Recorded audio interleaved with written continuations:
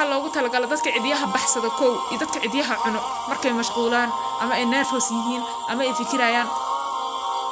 ma tahay qofkaas cidiyahan maanta wasaqda ku jirto eeg si fiican maskaxdaada u geli haday dabeecad ka tahay xitaa waxa aad ka dhex arki doontid mar damba afkaaga ma gelinaysa cidi aad leedahay qof aad jeceshahay u sheer garay hadaa caruur leedahayna caruurtaada tusi waxa ka arki doontid aqligaaga ma galaayo xanuun oo dhan cidiyaha laga keenaa bal eeg noolahaas eeg jeermiskaas u jeeda sidiisa asigoo ilmo dhalay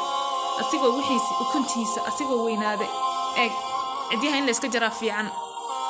inaan la cunin afka loo dhaweyn hadii la jaro wasaq ma imaanayaanba ya ha cunina kow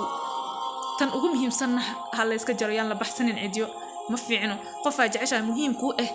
videogan gaarsi caruurtaadana tusi bar in mar walba inay jartaan cidiyaha